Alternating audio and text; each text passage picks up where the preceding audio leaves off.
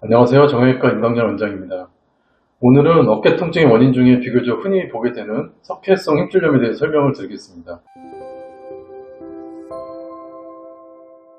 석회는 고관절과 손목 등 우리 몸의 어느 부위에도 생길 수가 있는데 가장 많이 생기고 통증을 유발하는 부위는 어깨입니다. 석회라고 하면 우리가 흔히 신장에 생기는 돌을 생각해서 뼈쪽 같은 돌조각가루 생각할 수 있는데 어깨에 생긴 석회는 돌가루 같은 것보다는 약간 분필가루 같은 성분으로 되어 있고요. 정확하게는 칼슘 하이드록시 아파타이트라는 성분으로 이루어져 있는데 뼈를 얇게 빻았을 때의 모양과 성분을 생각하시면 되고 딱딱한 돌과는 차이가 있습니다. 30대부터 60대까지 전 연령층에 생길 수 있고 특히 젊은 연령층에서 아파서 오신 분들이 상당히 많습니다. 어깨의 힘줄 중 극상관이라는 힘줄에 약 70%가 생기고 엑스레이나 초음파로만 해서도 진단이 되기 때문에 확인하기가 어렵지는 않습니다. 갑자기 심한 통증이 어깨 통증이 생겨서 내원하는 경우가 많아서 생기는 원인들을 대부분 많이 물어보시는데요. 힘줄을 만들어줘야 되는 힘줄 세포가 연골을 만드는 세포로 별다른 이유 없이 갑자기 변형되면서 발생한다고 추정하고 있지만 정확한 원인은 아직까지 알 수 없어서 예방하기는 쉽지 않습니다.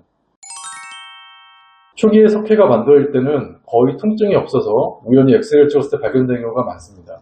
이때는 분필가루가 뭉쳐져 있는 듯한 모양을 보이는데 길게는 몇 년 동안 아무런 증상도 없이 지나갈 때도 있습니다. 어깨에 생기는 석회는 우리들이 몸에 있는 면역세포에 의해서 녹아서 없어지기 때문에 대부분 원래의 힘줄로 재생되는 경우가 많습니다.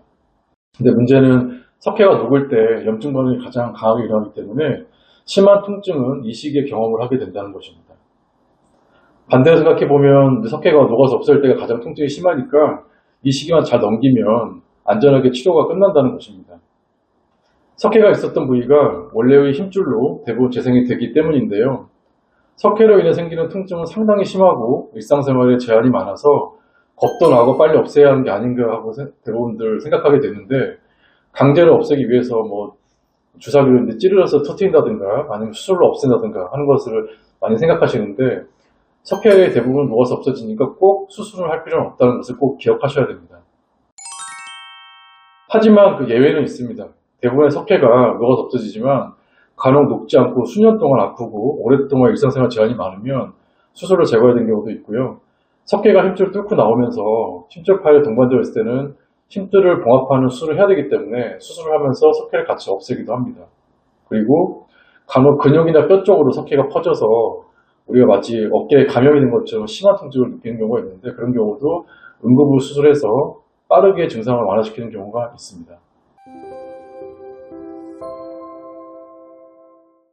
요약을 해보겠습니다. 젊으신 분들이 이유 없이 어깨가 아플 때는 힘줄 파열보다는 석회성 힘줄염을 의심해봐야 됩니다. 석회가 생기는 원인은 정확히 알 수 없지만 대부분 녹아서 없어지고 원래의 힘줄로 재생이 된다고 되어 있습니다. 석회가 녹을 때 염증 반응이 생기면서 통증을 느끼게 되고 심하게 아프다는 것은 석회가 녹으면서 치료가 완료되는 신호이고 힘줄이 재생된다는 것이기 때문에 그 당시에 치료를 잘해서 시기를 넘기면 완치가 된다고 볼 수 있습니다. 꼭 기억하셔야 될 것은 석회가 있을 때는 대부분 수술 필요 없기 때문에 너무 급하게 수술적인 치료를 고려할 필요는 없다는 것입니다. 다음 시간에는 석회가 생겼을 때 통증을 줄여주거나 단축시켜주는 치료법과 예방적으로 수술이 필요한 경우에 대해서 설명을 드리도록 하겠습니다. 경청해 주셔서 감사합니다.